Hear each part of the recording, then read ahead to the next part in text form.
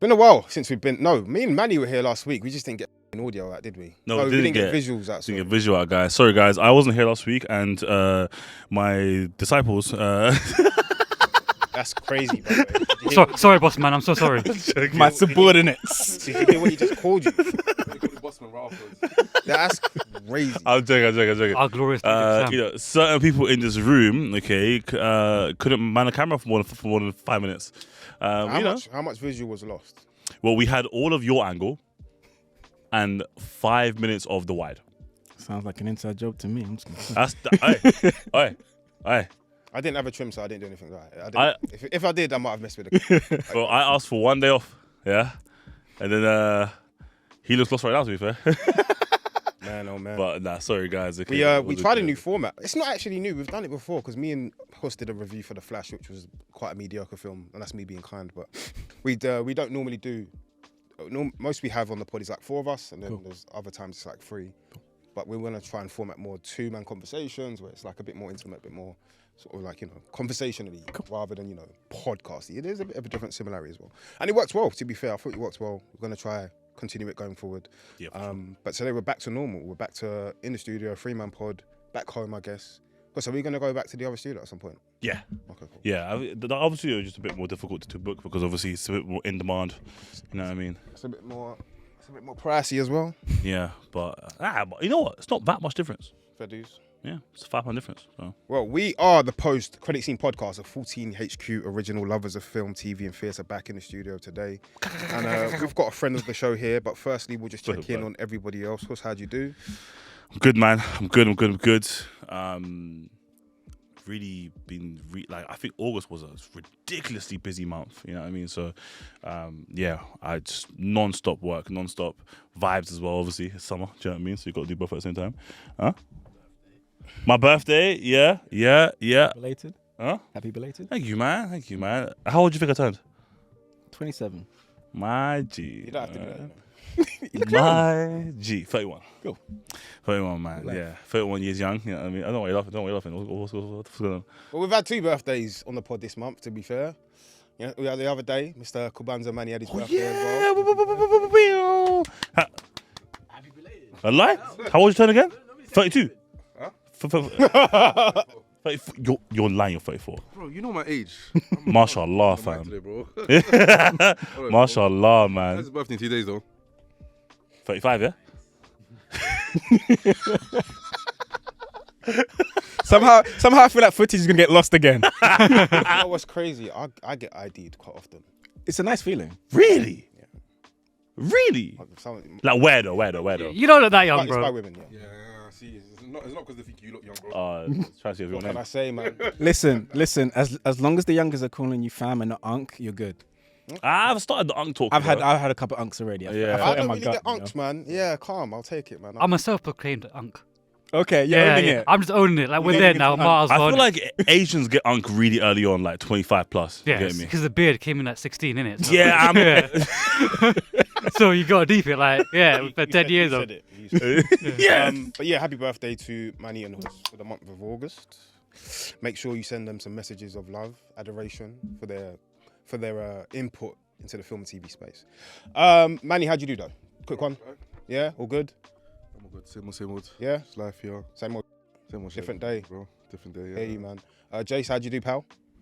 Yeah, I've been good. Cool. Busy month. Yeah. No Yeah. trim. Man's in the grind right now. Grind, life, all good. Glad you're well, though. Glad you're well. And Grace, bro. Life's been lifing. That's all I'm gonna say. Yeah. Life's been lifing. Bro, I've got some grades now too, fam. Bro, Silver it's Fox. stressful out here. It's the Silver Fox. Yeah. You would have like a Denzel type grade, though. Do you get me? All right, stop glazing me. Okay.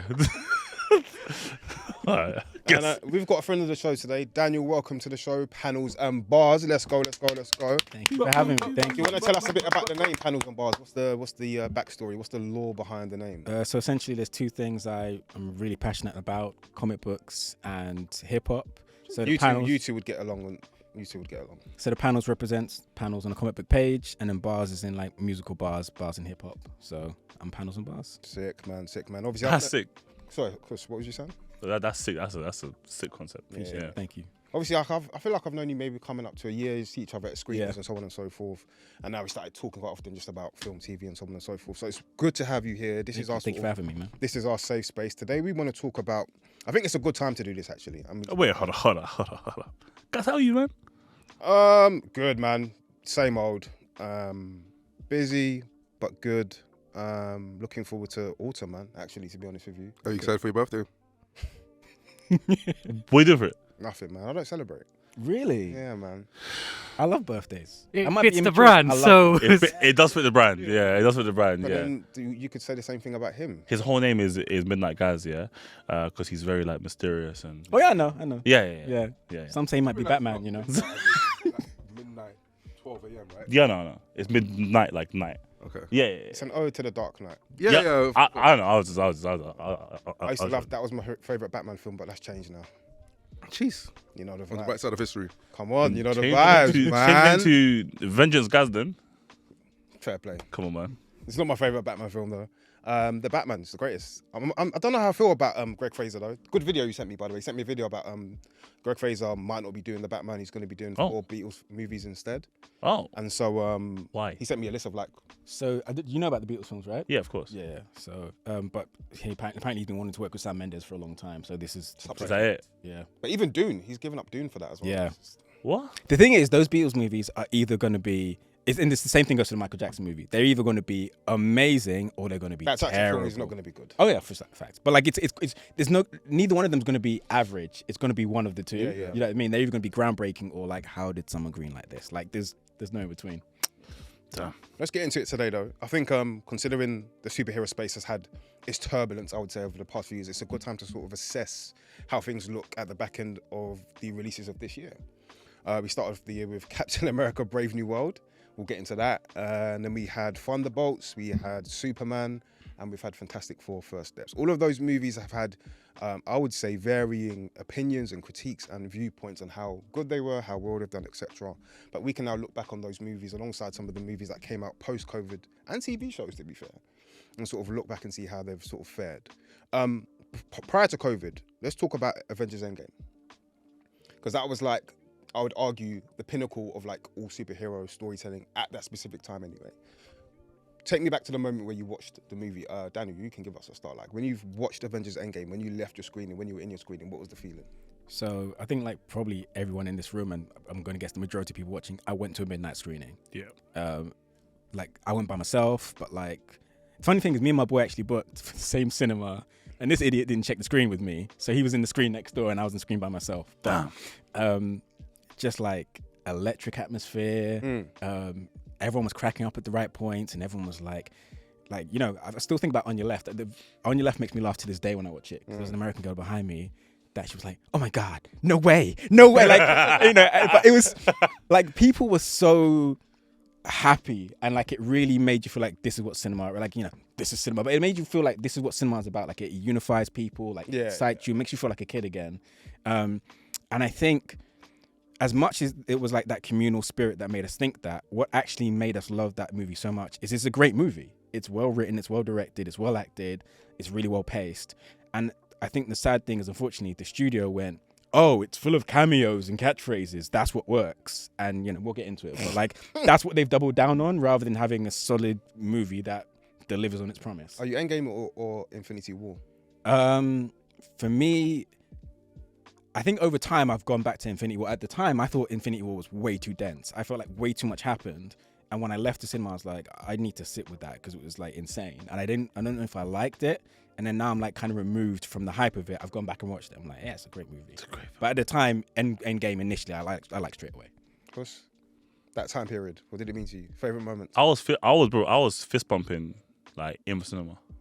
Like generally, like it's the one time I had no shame, bro. I was just like, I was sitting going. Like I was gassed, bro. I was so hyped up. You was like, the whole around time. you was around kinfolk though. You was around people who had similar feelings to you around the art form, around the medium, around what you were seeing on Facts. screen. So you can afford to essentially just be yourself because you're around people. Bro, that when live the same Tony, way. that scene happened, I was crying, bro. What was your favorite moment from one of those two films?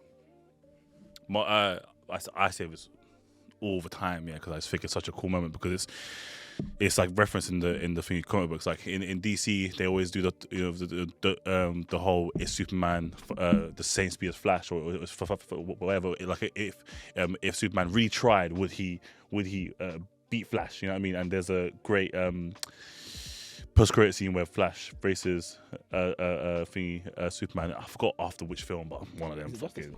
Yeah, Might be Justice League. League. Yeah. But that was based off just that rumor for like 10 years. Do you know what I mean? And the same thing in Marvel when Cap and Black Panther, when they started like running towards the Chitauri and stuff like it, I was like, oh my god, because like they both ran past everybody. Everybody got a fucking head start, and we were like, yeah, ready? And then it was like 3 seconds of just like 3-4 steps, and I was like, fucking hell. And the punch, and then obviously the whole blow up thing, outstanding. That was one of my like favorite scenes. Like every time I rewatch it now, I put it up like 3 times, like every time, because it's just that, and then I would definitely say like I loved the dialogue with Thanos and Tony in thingy Titan. You know what I mean? Okay, like all of that for me was super dope, because it was like he was almost in Tony's head for 5, 7, 8 years at that point. You know what I mean? So like it was like seeing his fate, or like seeing his like nightmare. You know what I mean? So I just love that too. And obviously you fit it in with Spider-Man and Doctor Strange and everyone else in that thing. Cold. Those movies shouldn't have worked. No, they shouldn't. No. But like that's why from the 90s or the fucking 80s, okay, they were so scared of doing these comic book stories, okay, because they didn't know if they can get it from here to there. Do you know what I mean? Okay, and people would take it seriously. They didn't think people would take it that seriously, but you know, as we know, Marvel built enough of a storyline over 10 years to be like, you care about these characters now, and all of the unrealistic things that don't seem real now. Yeah. Interesting point you made to me the other day about Blade. I think you sent me a video. He sends me TikTok stuff all the time about just film and TV. And one of the points someone made was how important Blade was for the superhero genre. And then when you lay the foundations of Blade, you've got like the X-Men. Now, some people don't like the fact that those films are arguably too realistic, or you know, they're wearing the black suits rather than wearing the colourful suits that would be deemed worthy of the characters from the comics. Yeah. But what you could argue those films did was they made superhero films feel a bit more grounded and a bit more adult-like, whilst also adding the elements of the fun, the fight scenes, the wackiness of comic book movies or comic book storytelling to the screen. And then you can go into like movies like, I don't know, Iron Man, which again still felt grounded but still has those comic book elements, those foundation layers of the X-Men in the black suits and Blade. You don't get the genre today without those foundations, I would argue. I would also add on top like the Dark Knight in particular, like Nolan's legitimacy of using Batman to kind of like add credibility on like, oh, superhero films can be seen as serious, especially like on the Dark Knight. Like, because we had like George Clooney with the not even just George Clooney, but like to Gaz's point about, you know, without Blade, without the X-Men, without kind of like the, I guess, color palette of the costumes that they've used for adding a more seriousness to the time. And in 2008, I want to say you've got the Dark Knight, 2008, 2009. It was 8, yeah. You've got the Dark Knight, you've got Heath Ledger's performance, who he then won an Oscar for, obviously after his death. But like, getting an Oscar for a superhero film adds this whole credibility of like, okay, cool, superhero films can be a serious thing. And I do think, or can be an art, or can be seen as an art form. And I do think like all of that, to your point, as just built this platform for Marvel to then go on and build the franchise that they've had. Yeah, I actually agree with the Blade point, and I think it's because there's certain characters that can do that. Okay, I think there's certain characters in the comic book space, they can be written into the real world, you know, unrealistic world. Do you know what I mean? Okay, really, really well. And then obviously, if you pick the right actor to kind of, you know, to kind of like depict that, it's a whole thing. I said on this pod thousands of times that Batman for me is the most layered and in-depth character we've ever had across the superhero genre, full stop. Really? Because I feel like he can be played in 20 different ways, and we would accept it. I agree. Do you get me? I'd say I think my problem with the way Hollywood handles him right now is I feel like they're indebted to that Dark Knight attitude, right? Yeah. Where he needs to be this cool, sexy, like he's in this gritty urban landscape. And look, I love the Batman. I think the Batman is a work of art. It's phenomenal, right? However, I grew up in a period when DC wasn't super ashamed of his goofy roots or like how colorful he was. Of the comic book. Right? And like, listen, I love the Penguin. I think it's great, right? But at the end of the day, Hey, be careful. at the end of the day, Hey. that take on the character is just a mobster. That's all he is, right? Of course. And I feel like it's a shame we're not seeing someone with an insane collection of weird umbrellas, an army of actual penguins, this weird lair where they like ride a rubber duck. Like, that's one of the coolest things about Batman, right? He takes himself so seriously. He's the 6-foot guy, he dressed up as a bat, right? But then he has to fight like a giant crocodile and a woman that talks to plants. And like, that's what's cool about comics. And I don't think we need to be too cool for that. I think we can embrace that. No, I mean, with James Gunn, we might get no, that. we're gonna get that. Yeah. What it seems like. Sorry. What it seems like anyway. Like, was it Batman Brave and the Bold, yeah. Bold? The Raven Bolt. And then, Even the like, name, by the way, is Straight from the comic. straight from the comic books, and then like. And I don't know if anyone's watch actually ever watched the Brave and the Bold TV show. I have. exactly. It's hilarious. It's so And like, if they can lean into that, like, and also that's a black Batman. humor, it's a lot of That's a black humor. Batman who is aware of how weird his world is. Yeah, of like, course. and I want that, you know, because he is trying to like, I am the knight. Oh wait, that guy is just like a calendar. Like, Yeah. that's what his world is, and I feel Yeah. like I think Feige also suffers from it, like not to the same degree as a Christopher Nolan or something, but when you get lines where it's like, "What's your real name?" Otto Octavius. Oh, what's your real name? Like. Yeah, we know that it's stupid. We know it's goofy. Like, we love it for that reason. Like, let's not shy away from it, and let's not be too cool to like enjoy these weird, colorful characters. I think we need to lean more into that. Yeah, no, I absolutely agree. And to be honest, in Marvel's defense, I guess No Way Home was the closest we've had to that for a while. Do you know what I mean? Okay, in their category, sorry. Yeah. Because they just allowed the characters to be characters. But again, is that because they used characters from 8 years prior, 10 years prior, that were leaning more into the comic book, thing. Like Andrew Garfield fought a rhinoceros and a fucking lizard. Do you know what I mean? Okay, whereas like Tom Holland hasn't fought a extraterrestrial being yet. Yeah. Like he fought in the first film, Vulture, who just wore a suit. Yeah. Okay, Mysterio, who just wore a suit. In No Way Home, there was the first time that he fought actual special beings from the comic books. That wasn't even his film. Yeah. Do you know what I mean? You know, and I feel like, and it's funny because you say it's like the first time Marvel's really done it. To be fair, if you look at Guardians, one of the protagonists is a talking raccoon. Yeah. Like, these things are ridiculous by their nature. And I think when you lean into that, you get some of and a tree. That's and you get some of the best characters. So like, I feel like I definitely get, especially in that era where like they were still recovering from Batman and Robin and like this public perception that these things were ridiculous, right? But yeah, they can still be ridiculous and be credible and Oscar worthy and like worthy of the talents of these. I don't actors. think Like, at the time they could have been though. I think they could have if you treated it with that reverence and that respect. Like I was saying just before we started the podcast, a lot of people don't know it, but up until the last minute, Blade was going to be directed by David Fincher. We all know what Fincher's catalog is. We all know how credible he is, what an amazing director he is. You need people that respect the source material. And I think the main difference back then was that the executives running it didn't know the materials. They only knew like Batman 66 and these really cheesy interpretations. And then like over time you get people like Feige who are in the room who know the books, they know the action figures, they know the video games, and they can say, hey look, we can still appeal to these nerds and still appeal to like middle America. There's somewhere in the middle. Do you guys think before we get into the actual point of the conversation, do you think there's like a superhero movie that you would say is like a genuine credible piece of like art that would be deemed of like of a high standard, if you like from the movies that have come out since we started watching them? Is that I think you don't use like the Dark Knight as okay, cool, because obviously they actually won something, right? Yeah. And I guess the Avengers won best special effects, right? Was it? But I mean, how much does that really mean? Because Suicide Squad, not the Suicide Squad, is also an Oscar-winning film. Yeah, facts. So. That's very difficult. It's a really good question. I think the only other one that I can think of that can be like a film bro type superhero film is Logan. Do you know what I mean? I feel like Logan has that, and I think that's because it was ridiculously stripped down until the last act. Do you know what I mean? Okay, but it was very stripped down into who they are. Do you know what I mean? And if you knew the comic book lore, you would be more indebted to those characters. If you didn't know it, you would just be immersed in their emotion. Do you get me? So it played well, but for both ways.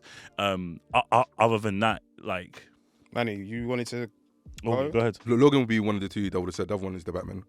I think the Batman is like cinematically probably the best comic book film that Do you know we've what, seen. bro? Do you know what? I was gonna say that, right? Yeah. The other day, and I know this doesn't like do it, but like the other day I was at a friend's house. There was like 5 people there, blah blah blah, and they were like, all right, cool, let's have a thing movie night. I was like, all right, cool, sick.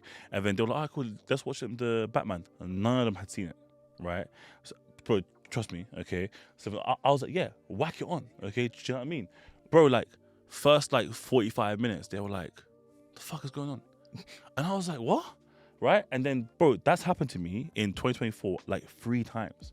Okay, and it made me think, raw. Maybe we appreciated it. Do you know what I mean? Okay, but maybe like there's actually a massive general audience, but didn't go to watch it because number one, they were like, another Batman, ugh. Or 2, they didn't get the hype of it. Like, why it was such a good film? So I hear what you're saying, but I think to answer your question, I don't think it counts. There's also an audience that didn't like the fact that Rob was cast as Bruce Wayne. As Isn't it? Batman. Yeah, I remember it felt like it was very split. Like half of the Twitsphere were like, you know what, he's gonna kill it, like he eventually did, and there's other one like, The guy he's from not. Twilight. Yeah, literally bar for bar. Yeah. But if you actually do a deep dive into his career Catalogue, yeah. post, He's got Honestly, he's got great films. Good Times is one of the Lighthouse. most underrated movies ever. He's phenomenal in that from start to finish. And that's the kind of energy he brought to this. But for my answer, I would say The Suicide Squad. Which one? James Gunn's The Suicide Squad. I enjoyed that one a lot. Honestly, phenomenal movie. The cinematography, the special effects, the pacing, the editing, everything about it, right? And listen, what I love about it is that really the superheroics go to the back. What that movie is really about, it's about a lot of people that have just made bad decisions because they've been hurt. And in the process of going on this mission, there's a found family. And I think anyone can associate that, whether you're into comics or whatever. Yep. It's about facing your trauma and facing who you are and like kind of questioning whether you have the ability to grow. And I think James Gunn uses the mask of superheroics as a way to tell stories like that all the time. And he's doing it with the Peacemaker right now. I was going to say the irony of that was that what we were talking about before about how not everything needs a spin-off show. Well, there we go, isn't it? There you go. I guess I hate to say this because I like James Gunn, okay, but I don't like glazing him too much, yeah. But I guess No, he's a rival does the same thing. Yeah. I remember, yeah, when Guardians 1 came out, yeah, none of my friends knew that it was like Marvel connected. They all thought it was like a separate film, like completely, right? And then I forced my friends to go watch it in Uxbridge with Odeon. I was like, oh, come Shout on, out the end. shout out to them, man. Do you know what I mean? Okay. I forced them to go. I swear to God, yeah, and they were all like, raw. Good, raw. This is good, you know. Yeah. And then I remember just being happy that they liked it. Yeah. And like a month later, okay, I realized the whole world was like, "Yo, this film was fucking sick." Yeah. And I was like, "Yes!" And I feel like that's what secured Marvel's cosmic journey. Yeah. Because it was, if that didn't work, I guarantee. Oh, they never would have touched the cosmic. They never would have gone that. They would have buried that real quick. Stayed in New York for the next 20 years. Yeah. 100%. Bro, the whole Infinity Saga would have been pushed to one side. Like, yo, let's refigure. Yeah. Okay, do you know what I mean? Genius, bro. Shout out the Absolutely Talking fucking Raccoon. genius. Yeah. Mate, mine's Winter Soldier, man. But the I was thing thinking about Winter Soldier, Is that but- same? But is that just like your favorite film? No, it's a really fucking good movie. It is. And And it's the thing. there's numerous reasons as to why. I nearly mentioned it because the thing is, it sounds cliche to say because so many people have said it, but essentially, it's not really a superhero movie at its core. It's a 70s espionage thriller. No, there's no cliche to it. That's what it is. Yeah. And they actually took essence from movies. Robert Redford Yeah, Robert Redford, exactly. So then, why can't you just say Iron Man 1?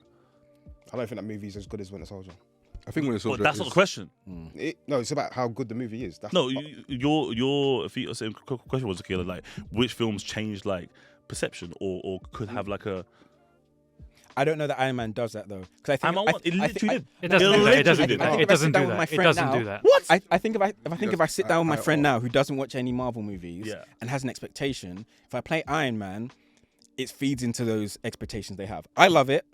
I think they're going to be like, it's just another superhero movie. I think the thing about the Winter Soldier is, apart from the fact he starts on the boat in the costume and stuff, everything outside of that plays into like espionage and spy and, you know, all that kind of anti-surveillance, anti-government, paranoia, friendship, brotherhood. The way he makes friends, loses friends. him and Natasha become closer in that movie than they ever. It's enemy of the state with costumes, essentially. You know? Bear in mind, by the way, love the film. No, you were just asking the question. Yeah, it was. Manny, what was you gonna say? Was it a question about which comic book films would be seen as like Yeah. high art? Yeah, I think Winter Soldier is probably the best written MCU films that they ever had. So I think as like a complete package from start to beginning, from start to end, that is probably the best. It's one of the it's tightly written as well. so well like I don't think there's much waste. I don't think there's any waste. I think every line of dialogue makes sense, and it's so funny because it might be one of the films in which Black Widow has the least amount of screen time. But that's the best depiction. It's the most effective use of her in the entire franchise. doubt. Like, she gets the best dialogue. We learn the most about her character. Good fight scenes. Like, so I always point to it, and people hate when I bring it up, but like the scenes when she's supposed to be scared of the Hulk in the initial Avengers, they fall very flat for me, right? Yeah. But there is an element of that in this, especially when she encounters Bucky and she realizes for the first time what she's up against, and like she's having to face this legend, this thing that they always thought was a rumor, and she might not be prepared. Like, she sells that so well. She sells the fear. She sells the uncertainty. Like, I trusted Shield my whole life. Now Shield's not real. Like, there's so much she has to do. Like, just even in her face. Even her she does so performance well. in that makes her performance in Infinity War so much better, because by that point she's gone through everything. She's done Avengers 1, she's done she's done it all, right? Okay, and she goes to fight Proxima when they're also at the train station. Yeah. Doesn't bother her. Yeah. Nothing, That's it. Nothing bothers her. Yeah. But you believe it now Because of what you've seen. because of what you've seen. You go, 100%. now she's like, yeah, I don't care if you're a walking dog, I will bang you, bro. You get me? Like, And I feel like, one of the biggest criticisms. Sorry, we're getting so far away from you. We'll start. No, you kind of have taken me there. I'm just waiting. Yeah. One of the biggest criticisms you see get leveled against Marvel is everything has to be quips. Because one weakness Marvel has is they don't trust the audience to sit in heavy moments, to sit in serious moments. They have to throw quips. And one thing the Winter Soldier does really well is that they actually use that as part of the script. So a lot of the time when like she's joking with Cap about how bad he is at kissing and stuff like that, it's because they're about to go into this insane mission where they're going against one of the biggest threats they've ever faced. They don't really know how it's going to end up. They only have themselves and maybe Falcon, and you kind of need to lighten the mood, but that's done perfectly. Like, it's not quip every minute. Like, it's serious when it needs to be serious. It's heavy when it needs to be heavy. I feel like the balance in that movie is just incredible. Black Widow kind of takes us into the conversation though, Okay. because from COVID onwards, I think we've been in a slippery slope and a slide of just quality as a whole. I do think we've had peaks and we've had great moments of great superhero movies and storytelling as a whole, but I do think the quality has dropped massively, which I think takes us into the conversation around Black Widow. You guys, how did you guys feel once you heard that movie was coming out? Were you excited? Did you care for it? What was the feeling of? I was upset. We were asking for that film for. Were we though? Yes, bro. So, it's funny. I don't know if you remember this, right? No, There that's a different conversation. Yeah. Look. All right. Do I think that if the film was written, produced, and pitched 5 years before Infinity War, so 2019, right? So what? So like 2014, would we have got a better film and a more invested film through like a Marvel audience? 100%. I think if that film came out immediately after Civil War, okay, do you know what I mean? Okay, Banger. I think a banger. I think it bangs. Okay. If when it came out, it felt like at that point it was like a contractual obligation on Marvel's part. Yes. It felt like she'd spent the past decade going, "Can I get a movie now?" And Feige was like, "I've run out of excuses." Okay. Yeah, They just made it. And then it also felt like the whole story was just written to fit in between somewhere. It wasn't written for its own purpose. It was written for a whole different purpose. Do you know what I'm saying? And I felt so bad for her, yeah, because it's like in that film, we're supposed to see like what she is going through. It would have been so cool to see what she kind of went through with her family, but also don't forget her new family is disconnected, like completely, right? So seeing her go through that mental turmoil, I would love to see that, okay? And even if I got a film, okay, by the way, which wasn't after a Civil War, but was between in Infinity War and Endgame, so that like 5-year gap, which I get that they couldn't have done, but if I got that, just hard trying to piece things together, do you get me? I would love that too. Do you know what I'm saying? Okay, but I personally think that we didn't get enough of her in an emotional standpoint in that film because there was nothing to be emotional about. The best thing about that film is Yelena. Facts. Facts. I don't know if you remember this, but there was a film, Jennifer Lawrence film. I think it was called Red Sparrow. Red Sparrow. Yeah, right. Yeah. And when it came out, everyone was like, "They've made the Black Widow movie before Black Widow." Yeah. And it's like, if I'm Feige, as soon as that movie comes out, I am fast tracking Black Widow. Yeah. Especially because Red Sparrow didn't do what they thought it was going to do numbers wise. That's your chance to show people like, this is how it's done. Have you seen Salt? Yeah, it's fine. So Salt, obviously, it came out to 2002, 2003, right? Yeah. It's a time ago. Salt was apparently based off, I was saying Black. Like a script that was lying. Okay. Yeah. I can believe that. Yeah. Because obviously it's a whole like Russian covert spy, and you get like triggered by like a fucking word, and you go ahead. But I just think it wasn't a great time or a great moment to put it out. I think Feige was hoping that we would all be like, all right, cool, and to go off the hype of Infinity War and Endgame and etc. And that last scene where she kind of like goes off and says bye to Yelena, and she goes onto the Quinjet to go meet Cap. It's like I felt like the whole film was just for that scene. Yeah, I don't remember that scene. Yeah, but I remember the terrible Yelena explosion. Yeah, clearly filmed in someone's garage. And I kind of remember Ray Winstone forgetting what accent he was doing halfway through his sentence.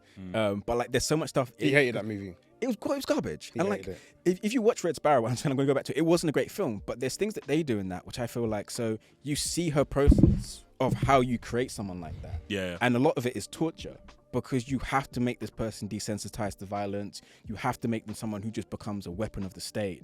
And I think Scarlett Johansson has the range to carry all of that. So rather than delve into those really interesting aspects of what makes you a part of the Black Widow program, they just made it another generic action movie. I heard, that the original script that was written time ago was based off Age of Ultron, her flashback scene, where she was doing the whole ballet stuff and whatever, right? So apparently, the film was going to be a parallel setting where half the film is a young version of her, and then half of it is her taking down the Red Room as her. Yeah. Did you get me? And then obviously they would meet at some point, and then cool, safe. Well, that would have been fucking sick. Yeah, anything would have been better. Because I mean, really, for me, it's like, I don't know how they missed. It should have just been, let's rip off Jason Bourne and then replace it with Scarlett Johansson. There you go. Like, you know what I mean?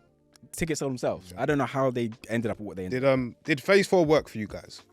And I asked that question with the layers of, one, the added TV shows on Disney Plus, and two, just the movie releases as a whole. And is Shang-Chi Phase 4? Shang-Chi is Phase 4. Okay. Yeah. Eternals is Phase 4. Let me just say quickly. I think people are very harsh on Phase 4 because the quality went down based off two of the greatest comic book films of all time. Okay, so it's like people were like, well, we just got that, so why can't we get it again? It's like, shut the fuck up, bro. Okay, like from Phase 1 to 3, you didn't get a banger every week, bro. Do you get me? Okay, there were a lot of duds. But like as the overall package, 3 phases, we accepted it, right?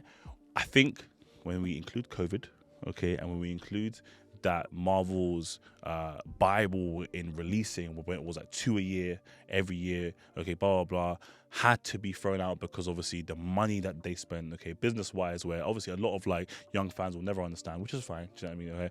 And they had to almost rush, push it out, do a Snyder DC and just be like, hey, just take it all, do you know what I mean? And which of those projects do you think were rushed and felt rushed, and you can see that in the projects weren't rushed, the releases were rushed when people weren't able to digest what was happening. That's what I thought anyway, right? So like One Division, Loki, Winter Soldier, and Falcon. That series. What If? These all came out in like 11 months. Yeah. In like, bro, that's a lot, bro. Do you get me? You said something earlier on, which was really interesting to me, which is you were talking about when you took your friends to see Guardians, and it wasn't really legitimate to them until they saw that Marvel logo. And they're like, okay, we trust Marvel. And I think initially for the first few phases, that was the strength. Like, I've never heard of this character, I've never seen that logo before, but I know Marvel, I trust Marvel. They're at a place now where I think to the general public, it's almost the opposite. You can see something and it looks quite credible and like well filmed, and I like that actor. It's Marvel. And that comes with the baggage now of the average person thinks, I have to watch 10 years worth of movies. Exactly. I have to read a comic book. I have to go into a cave somewhere and look at the sun directly at midnight to know what the hell is going on, right? Yeah. They're so bored with the homework they have to do. And I feel like what they need to do is pivot into an almost A24 stance, right? Where you can have standalone projects. The logo now is your strength, right? But you need to communicate to the public, this is just a good movie. You don't need to watch this and a series and this and this and this and like have all this homework. This is a good release. You're going to be able to enjoy this release as a standalone thing. Yeah. And I think Feige, I don't know whether he knows that and maybe he's being told by higher ups, you got to stick to the formula, but they're still standing on this formula. Like Doomsday's whole thing is built on the fact that like we all know the X-Men movies, we all know the Fox movies. Like it shouldn't be built on that. Yeah. It should be built on it's going to be a phenomenal film that's really exciting to watch. Yeah. So I think after Doomsday, you need to course correct. X-Men needs to be its own thing. Like, which as far as where that's what it's. I don't know. But when I say that, like it needs to just be like their pocket of the universe. I don't want to see Spider-Man turn up and it tie into this and like let those stories tell themselves. But isn't and then you Feige can now gain... doing a thing with like, for example, with like, you know, F4, where it's a standalone, 100%. I hope so. Okay. But then you say But that 5% of when it you can say that, be- when's the first time we saw F4? In the Thunderbolts. Yes. You know what I mean? So I think he can't help himself. We're still tying to these old habits. he has. But I'm saying, isn't that them pleasing everyone? I mean, how's that working for them right now? Well, isn't it working good? Because aren't people now more excited than ever, as in from Phase 4? I think in our circles, with cinephiles and with geeks, yeah. If you go and ask your friends who don't go to the movie as much as we are, if they care about next month, they don't care. Yeah. Even after that big hour-long empty chairs advert, they don't care. Bro, yeah, they don't. They I don't. know. The average person, like, that's not funny. That was genius marketing for me. Okay, I looked into it live for time. yeah, obviously. That was This guy, I was staring at each He messaged me going like, "Yo," he goes, "Why is it a week? Why is it a week long?" I was like, it moved. Before we go into Doomsday, let's just go back to Phase 4. What were the successes from Phase 4 and what were the failures? Eternals Maybe is the most you go underrated. into successes and then but I'll leave the failures to you. All right. What were your highlights? But yeah, we're short on time. You know that I have a bias for Eternals. I thought Eternals is a good movie actually. Yeah, and I know that I saw your Oh yeah, post IG, yeah. And then I think it's one of the most underrated films that we got. I don't think it's a fucking great good. film, but it's a good film. Yeah, it's good. Okay, I think it's a good film. I think it's an interesting one. Oh, I'm doing the thing I don't want to do because of time, but I think it delves into like some really profound ideas around like identity, around Sure. family, around the world, around how causation and so many other things that come into it.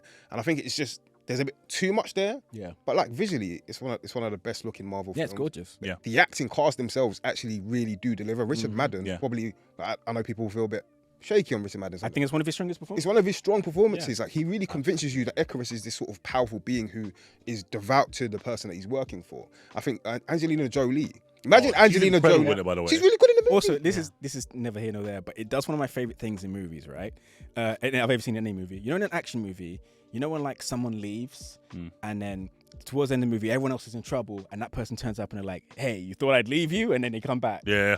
That happens with a character, but he doesn't come back. Yeah. He's literally like, "Nah, this is too much for me. I'm going back to Bollywood. Peace." Oh. And you'll never see him Yeah. again. Yeah. That's phenomenal. Yeah, he's they used him as like a bit of a sort of humor device, but Yeah, but I do love the fact he actually like I was waiting for him to come. I was waiting for them to like all be hurt, and then he leans out his hand. No, he legit is just like, "No, Yeah, I'm not involved. peace. Bye."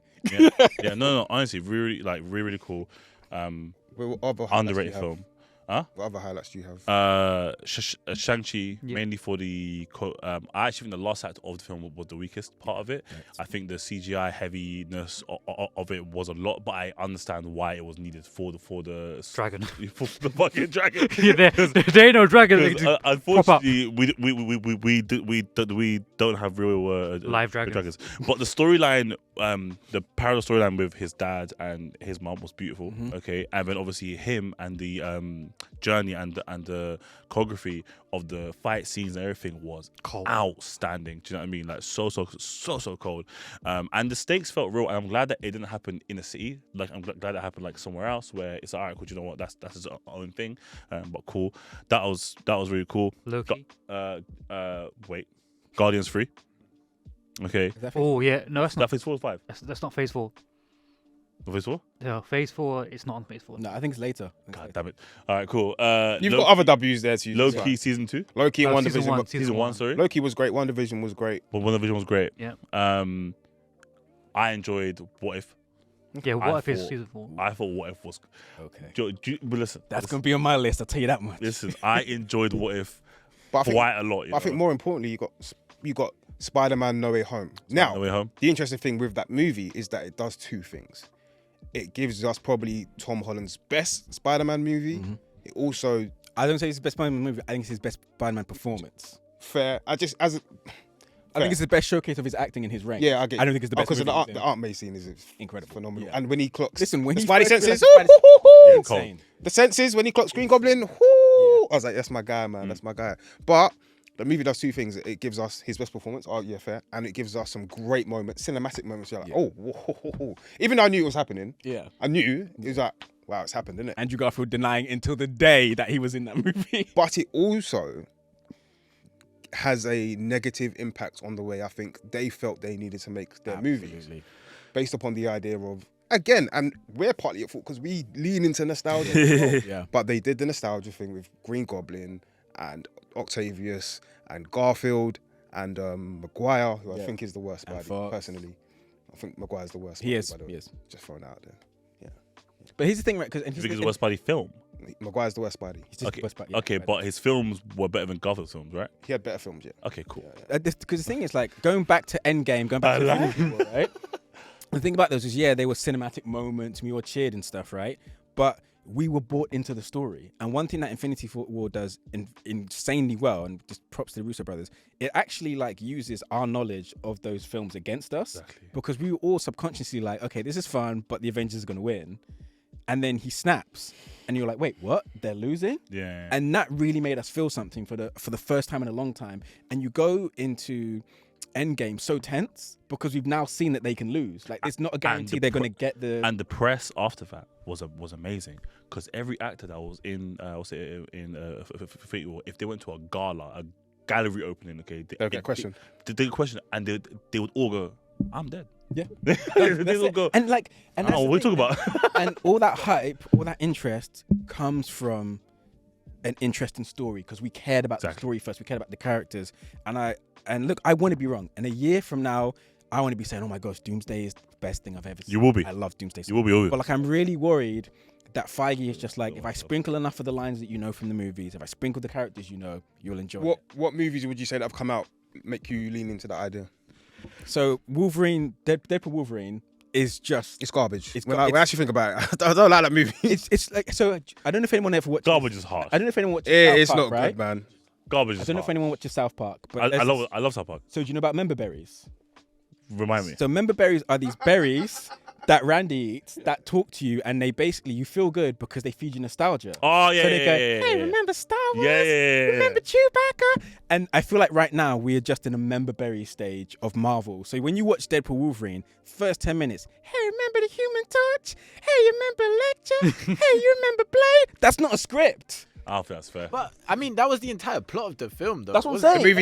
The movie had no plot. There's no Nah, plot. I- It's I just still- vibes. I Like, think- I'm I not still paying you think £19 for 2 hours of vibes. I still think it's harsh. While I don't disagree, I do think that sometimes playing into the bit does work for it. I do think it worked for Deadpool and Wolverine, personally, but Wolverine's quite hard to say. Here's the thing, right? Here's the thing. Wolverine. So I feel like there's two elements to it. First of all, Logan is as good a send off to a character as you could ever hope to have. 100%. If you're going to bring him back for a Bring it back for something. it needs to be significant. And the thing is, I wouldn't even mind Hugh Jackman come back for Wolverine, right? Especially when you're playing with the idea of a multiverse. If you're going to bring him back, have him be a completely different Wolverine. We're told how he's the worst Wolverine. He's exactly the same as all the other Wolverines we've seen. If he was like a real coward, that would have been something. If he was just like super vengeful and violent all the time and horrible, that would have been something. That would have been a choice. But they don't even make a creative choice. He's playing him the same way he's been playing him for 20 years, right? There's no depth to that movie. Nothing means anything, especially when you go against 15 Deadpools that can all not die. There's nothing to it. It's empty. And like, you bring But back that's those the characters. Point, though. You're thinking about it too much. That's the point. That's why Dude, it's funny. I hate that. That's I why hate it's that. It's funny. art. We need to think about it. It needs to mean something. No, what you said earlier, okay, about how sometimes just let comic books be comic books, right? And the Okay? best comic books mean something. Yeah, but like, Watchmen means something. The Dark Knight means something. Spider-Man Marvel Knights means something. They have something to say about their reality and the people in them and the people reading them. Deadpool and Wolverine is just like, hey, do you like buying merchandise? We're gonna make more for you. Here's a popcorn bucket. It doesn't do anything. But I feel like that's what Deadpool is. It's like he actually doesn't no. mean anything. At his Do you get best, me? no, That's no, the no, point. no. The point is, okay, he I'm pushing back against that. Bro, no. If back. anything, okay, he is a parody of a character. That's fine. Right? That's fine. But So, but below his that, film is a parody of a film. that's weak. That's weak. What right? are you talking about? Because it's not even an. It's either weak or genius. No. To be a parody or a spoof or something, you have to analyze that. There's no analyzing being done. There is no critique on what comic book movies are, Okay. what action movies are, what even comedy you are. like- There you are like, just things. Deadpool? The only thing I would say that movie does do, which is a flaw in of itself, it does poke fun of itself, but then you don't course correct what you're poking fun at. They still continue. That's to what I'm do saying. So like some of the things they were you doing. being like, oh, I just did that thing. It's not analysis. It's just you copying out and like playing to the lowest common denominator. And when you read the Deadpool's books, there are so many layers to that character. Why does he have the humor? Because he's insecure. Why does he do the things he does? Because he wants to be at Spider-Man's level. He wants to be at Iron Man's level, but on some level of himself, he hates himself and internalizes his insecurities so much that he feels like he needs to put this buffer out and make fun of himself before you have the chance to. But That's the character. Those are the levels you can play with. They addressed that in the first. In scene. the most basic way. Like this. He wants to join the Avengers. You know what I mean? He wants to join the Avengers. It's surface level though. Wants to Like join it's the Avengers. honestly, if I said to ChatGTP, can you make me a Deadpool movie? That's the movie you'd get. There's no heart, there's no feeling in it, there's no character in it. What about AI. what about Doctor Strange and the Multiverse of Madness heading, and then also because for me now, I know Manny might want to grab his mic in a second, but for me those two movies, Doctor Strange and the Multiverse of Madness and Ant-Man and the Wasp: Quantumania, those are the two movies which everyone had high expectations for. Now that might be part of us as the audience who are at fault for raising our expectations, but then you've delivered these characters in a way. Kang's been delivered to us in a way where It's gonna be a medal. and Jonathan Majors at the time peak. Yeah. Doctor Strange was a fan favorite or had become a fan favorite. I think with Doctor Strange, the thing that disappointed me was they really lead into this is Sam Raimi at Marvel. And like you can see elements of it, but a lot of it feels like really watered down. Yeah. So you get like really cool moments where like I don't know if you remember the music. when she's chasing him and she's been like all weird and like her bones are all Yeah. clicking and stuff. There were elements of that. Oh, I he thought it was cooks, gonna be man. like that. But then there's some elements where it's like I think Feige's maybe stepped in and going, that's a bit too scary. That might raise the rating. So it felt a bit muted. I actually think that the film would have done better if it was a Wonder film, not a Strange film.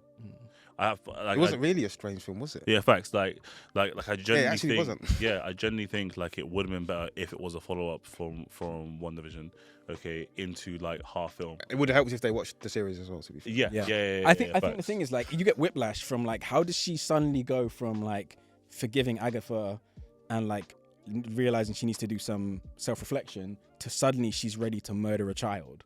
Yeah. Like what? Did I Well, miss no, something? no. There was the post-credit scene. I get it, but that's not enough to be where like she had the Darkhold, right? yeah, but it's not enough to Yeah. suddenly be like she's ready to kill America Yeah, Chavez. but if you know the and, like, Darkhold, whatever. then you know the I Darkhold. guess, The Darkhold so. will fuck you up, fam. Do you get me? Okay, guess. I'm an advocate of the greatest TV show of all time, Agents of Shield, Marvel Agents of Shield. Okay, and Oh yeah, you hate it. Yeah. you hate it. Yeah. Kids. I'm gonna press off that, innit? Yeah, man. Lock it off, okay? Because honestly, okay. No, not for that. We're not talking about about. Yeah, that's but I'm using it. You're moving mad, okay? It's better than Breaking Bad. How about that?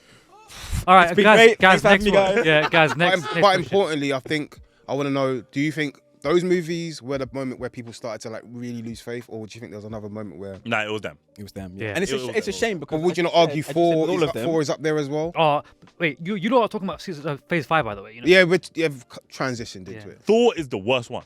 That's phase 4. With Thor, we're talking about. Love and Thunder. Four. Yeah, Yeah, like Thunder, cool. Yeah. Love and Thunder. Thor. Which of those three do you think is if you had to pick one? I know they all play a Thor. role and accumulate in Thor. fatigue. Yeah, Thor.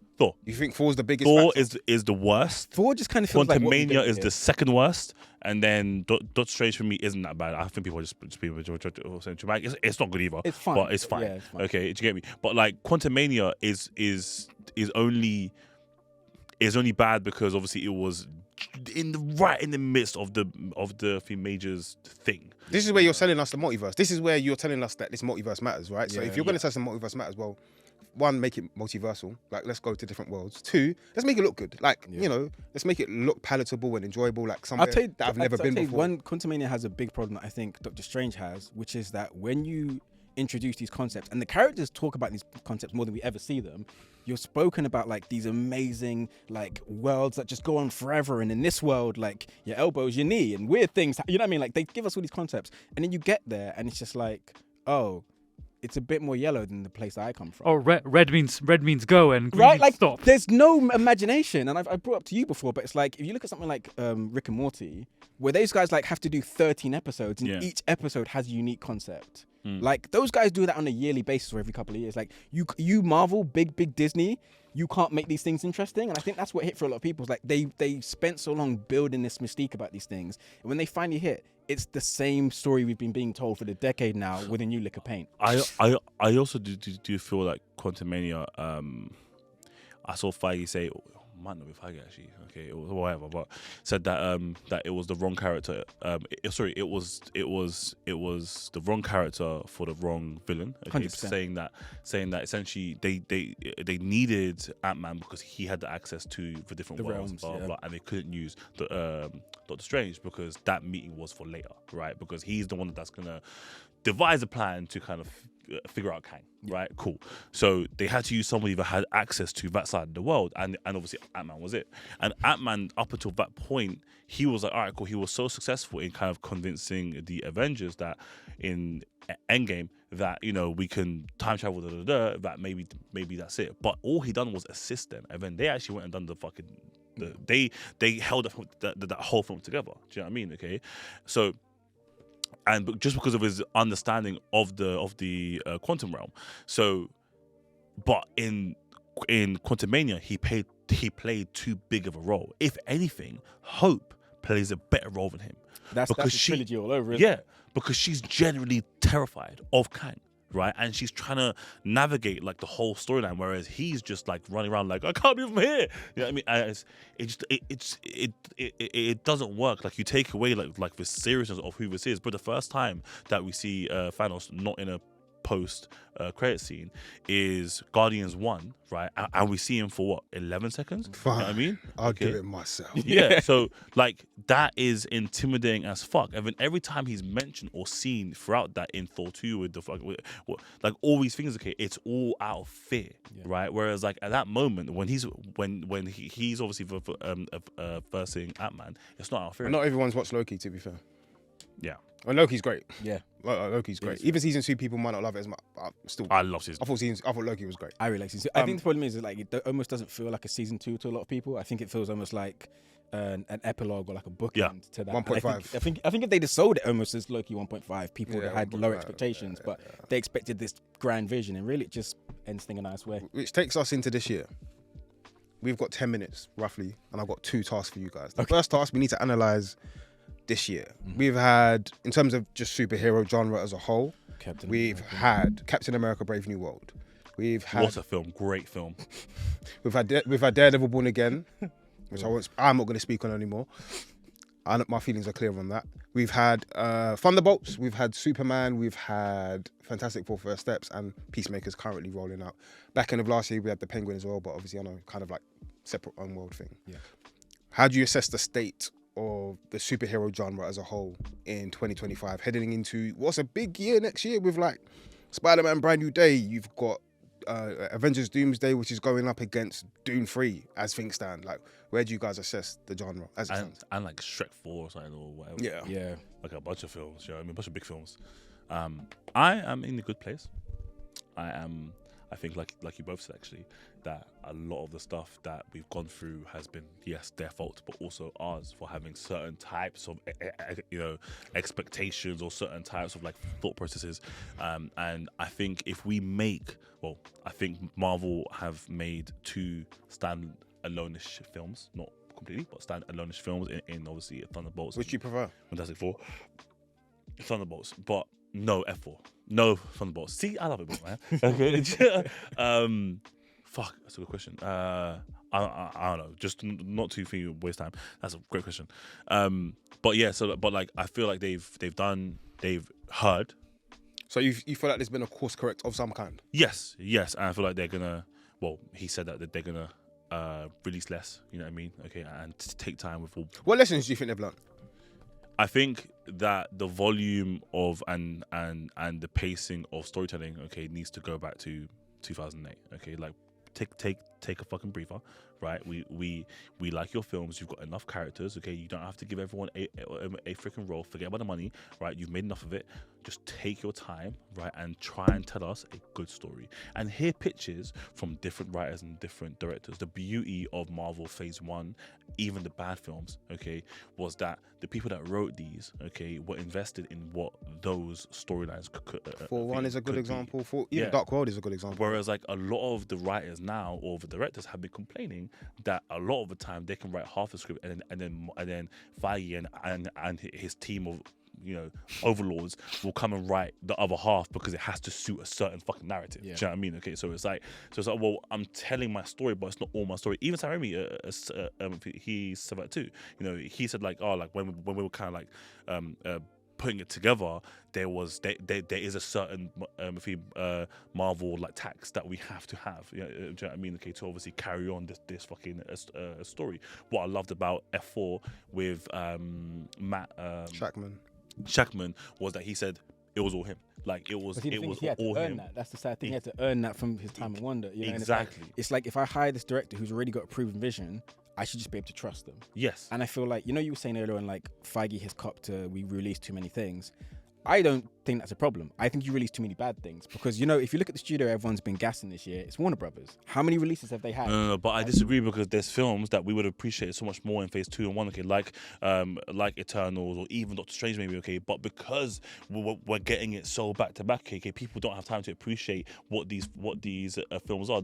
I see that to a degree, but like if I go back to Warner Brothers, they've had Final Destination, Weapons, Sinners, like those were actually all released within a clump of different. And also, I know it's not they're all telling the same story. Yeah. But they were all pretty full-on big productions that hit you and sat with you. Yeah, but you're talking from a quality control perspective. That's what I'm saying. Yeah. Can you continue to make? I think you can hide context there. I think you can hide behind the fact that like, oh, we're releasing too much.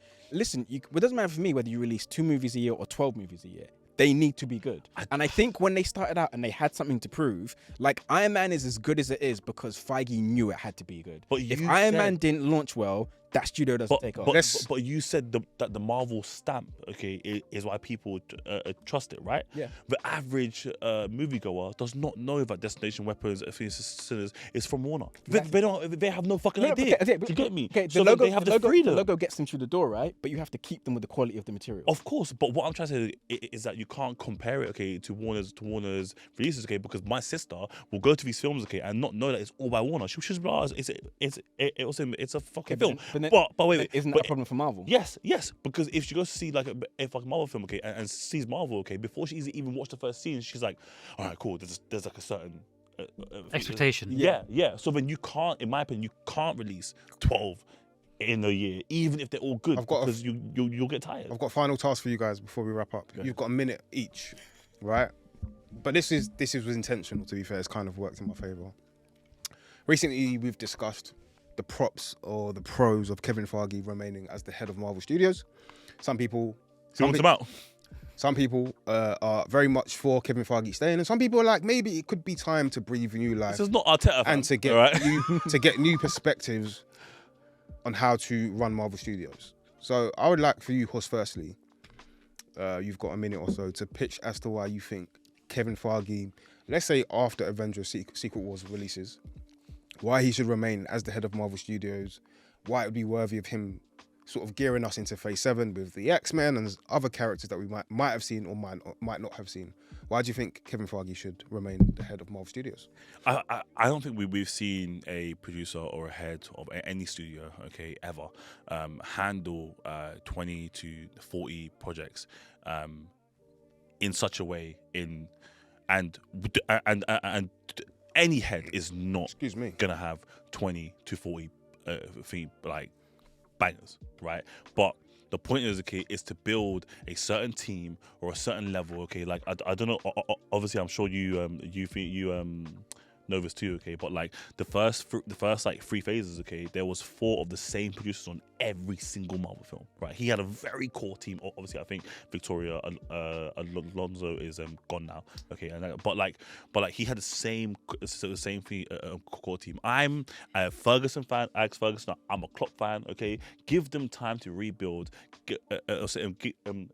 Give them time to set a team, win a few championships, okay, and then go again, right? And I believe that he's proved that he can do that because he's also a nerd. You made a fantastic point. That he knows the source material. Time's up. Okay, Disney and them, man, don't know the source. He's the guy. Time's up. Daniel, Okay. floor's yours. All hell Kevin Feige. So I'm going to say one thing, which is that I hear that argument said a lot, that no other executive in history has ever done this. And what I would ask the people is, can you name me another executive?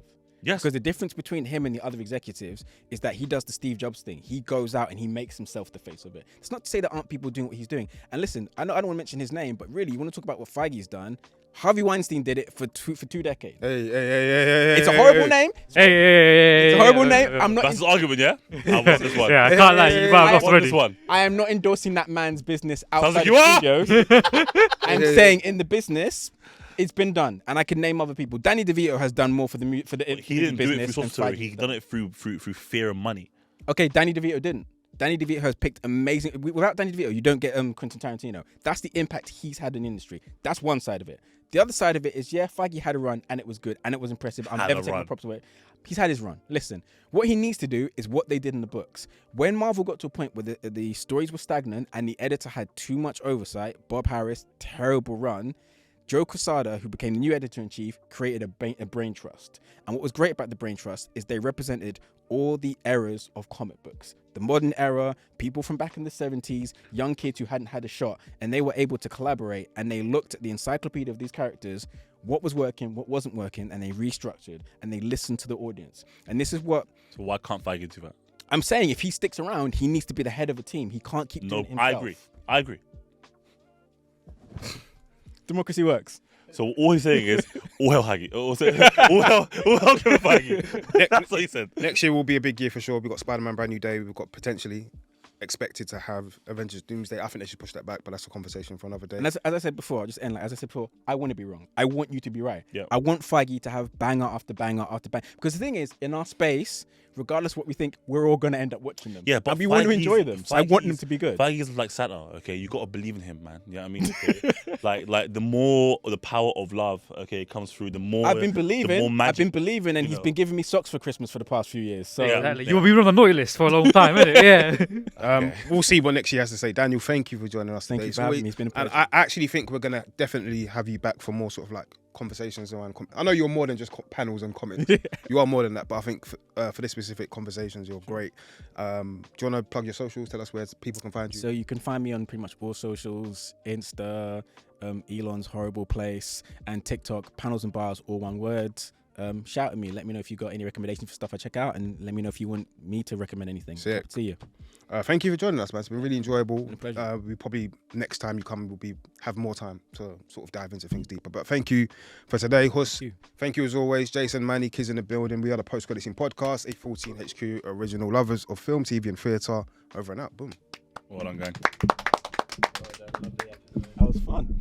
Thank you, man. Yeah,